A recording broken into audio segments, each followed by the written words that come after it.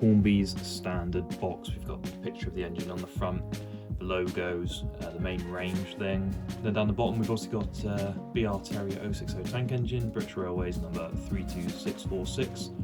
And this, of course, being Hornby, is an 00 gauge model. On top we've got another logo and a top-down view of the engine.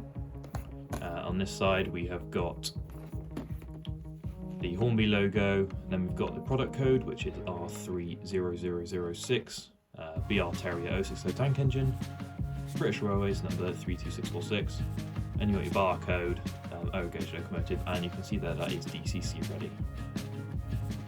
On the back we have a load of tech, and you can see here it is power class 0P, which I'm pretty sure means it's quite weak.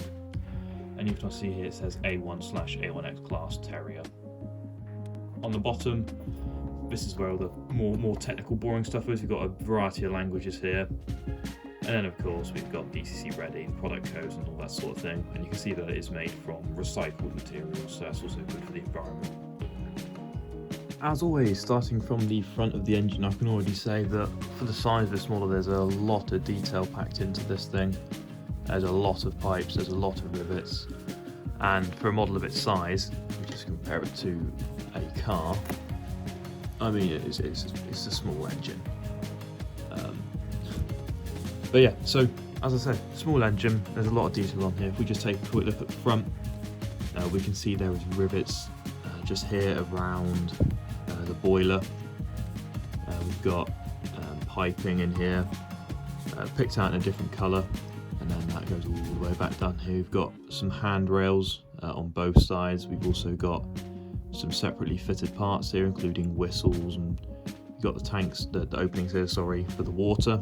They're on both sides there. We can see there's sort of the front wheel arch here. It's also got a separate part on top of it. And we've also got the various handrail head code mounts on the front here, as long as a vacuum pipe, the coupling hook, and sprung buffers on the front here.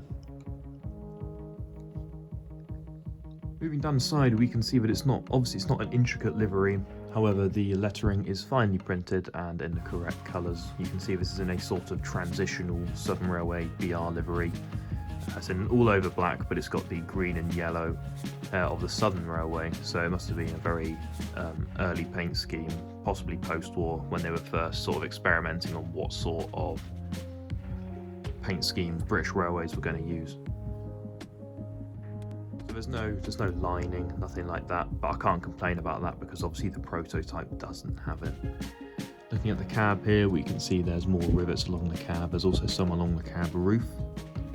We've also got the step ladders at the front and the back, and you can also see the running gear there. Nothing fancy, but it's not a fancy loco, so you can't really expect that. But we can see in better detail here the amount of detail that there is on the front of the engine. If we now take a look at the back, we can see it's not quite as detailed as the front. There's no rivets along the boiler here or anything like that, or any around the side plates. However, we can see there's other separately fitted parts here. There is this piping system here. We've got bars over the windows, which I think looks really good. And then we've got some pretty decent looking coal. I don't think it looks quite as good as some of the other coal we've had in the big tender engines.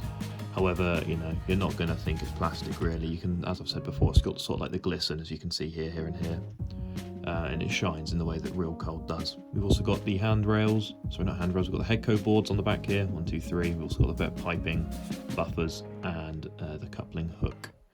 You can see in there, you got parts, you got a wheel, a valve just there, there's various bits of piping, there's a lot of parts just inside this cab, and for a model of this size it's amazing how well it actually all fits together in there.